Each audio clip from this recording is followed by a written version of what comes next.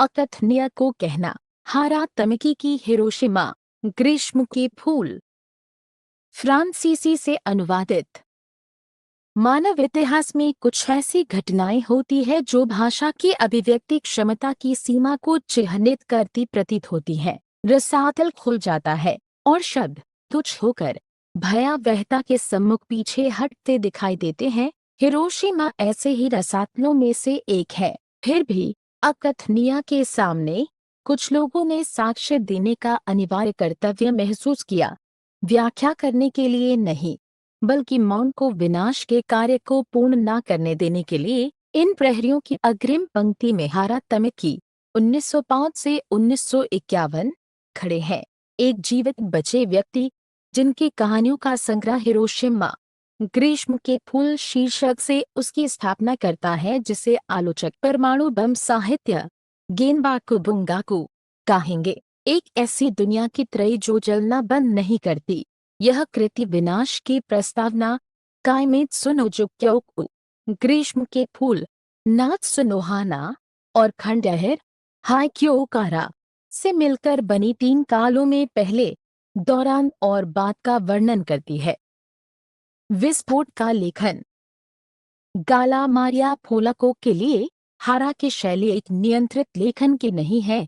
यह एक हताश व्यक्ति की नाजुक मानसिकता में अवतरण है जो भयानक रूप से विकृत, लगभग अपरिचित परिदृश्यों का सामना कर रहा है। जहां उसे कुछ क्षण पहले जैसा उसका जीवन था उसके निशान ढूंढना असंभव लगता है। उसका विखंडित लेखन जो पाठक को बेचैनी और भटकाव में डुबो देता है, चित्थरों में बदली हिरोशिमा को पृष्ठभूमि बनाता है, बिना कोई निशान छोड़े गायब सिवाय मलबे, राख, मुड़ी हुई, फटी हुई, क्षयग्रस्त चीजों की एक प्रकार की सपाट परत के। रॉबर्ट गिलेन के शब्दों में, जो घटना स्थल पर पहुंचने वाले पहले फ्रांसीसी थे, इस वीरानी के कैनवास पर हारा कभी बाधित अस्तित्व के टुकड़े प्रक्षेपित करते हैं, कभी एक फटी हुई वास्तविकता के शून्य को भरने वाले स्मृति के अंश। यह विघटन काव्यात्मक प्रविष्टियों में अपने चरम पर पहुंचता है, जहां हरा जापानी भाषा के एक विशेष रूप का सहारा लेते हैं, काटाकाना, जो सामान्यतः विदेशी शब्दों के लिए आरक्षित होते हैं, मानो सामान्य भाषा अक्षम हो गई हो। चमकते मलबे एक विशाल परिदृश्य में फैलते हैं। स्वच्छ राख, कच्चे मांस वाले ये जले हुए शरीर कौन है? मृत मनुष्यों के शरीरों की विचित्र लया। क्या यह सब अस्तित्व में था? क्या यह सब अस्तित्व में हो सकता था? एक क्षण और एक छिली हुई दुनिया रह जाती है, जबकि हारा भट्टी के अंदर इस नारकीय दृश्य को झेल रहे थे। दुनिया के दूसरे छोर पर स्तब्ध बुद्धिजीवी घटना को समझने का प्रयास कर रहे थे। 8 अगस्त 1945 को अल्बेर कामू ने कॉम्बैट में लिखा, यांत्रिक सभ्यता अपनी बर्बरता की अंतिम सीमा पर पहुंच गई है। कमोबेश निकट भविष्य में सामूहिक आत्महत्या या वैज्ञानिक विजयों के बुद्धिमत्तापूर्ण उपयोग के बीच चुनना होगा। इस बीच यह सोचना उचित है कि ऐसी खोज का जश्न मनाने में कुछ अशिष्टता है जो सबसे पहले विनाश के उस सबसे भयानक क्रोध की सेवा में लगती है जिसका मनुष्य ने प्रदर्शन किया है। हारा दर्शन नहीं करते, वे दिखाते हैं, और जो वे दिखाते हैं वह ठीक यही विनाश का क्रोध है जो मनुष्यों के मांस में ही एक ब्लेड की तरह धंसा है। सबसे विशाल कब्र पर कुछ फूल। केंद्रीय कथा ग्रीष्म के फूल एक व्यक्तिगत शौक से शुरू होती है।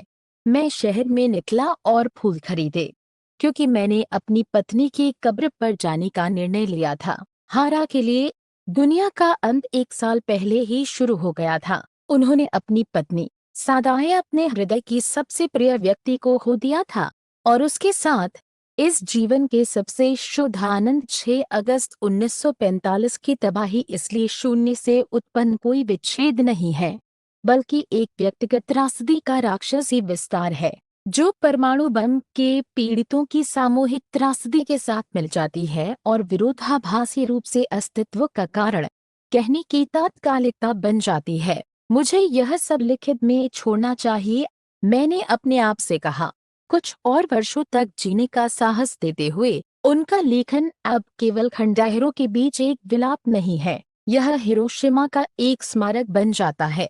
सबसे विशाल कब्र पर अनंत काल के लिए रखे गए कुछ फूल, मौन की विरुद्ध प्रतिरोध का एक कार्य भी, चाहे वह अमेरिकी कब्जे की सेना की सेंसरशिप द्वारा लगाया गया हो या परमाणुकृत हिबाकुशा के प्रति भेदभाव से उत्पन्न हुआ हो, जिनके कलंक ने भय और अस्वीकृति को जन्म दिया। मृतकों का मौन, ईश्वर का मौन। लेकिन यह मिशन जो उन्हें जीवित रखता था अंततः उन्हें कुचल गया। 1951 में कोरियाई युद्ध की शुरुआत के साथ एक नए हिरोशिमा के भूत से आतंकित होकर उन्होंने एक विदाई पत्र पर हस्ताक्षर किए।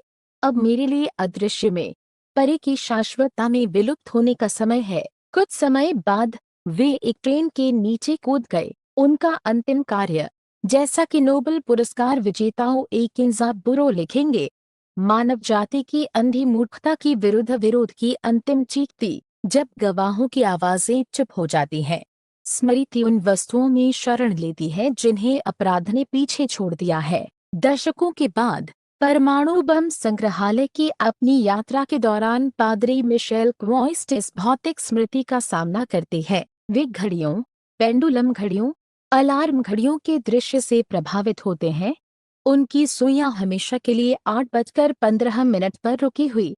समय निलंबित है। यह मार्मिक छवि शायद निर्णायक क्षण को क्रिस्टलीकृत करने के हारा के प्रयास का सबसे सटीक रूपक है। यही वह छवि है जो क्वाइस्ट को हिरोशिमा ग्रीष्म के फूल के साथ पूर्ण अनुनाद में एक संक्षिप्त कविता लिखने के लिए प्रेरित करेगी। बाधित, मिटाया गया लोग, धूल, छाया, रात, शून्यता, मृतकों का मौन, ईश्वर का मौन। तुम चुप क्यों हो मृतकों? मैं तुम्हारी आवाज सुनना चाहता हूँ। चिल्लाओ, चीखो, हमें बताओ कि यह अन्याय है। हमें बताओ कि हम पागल हैं। हिरोशिमा पर रात है।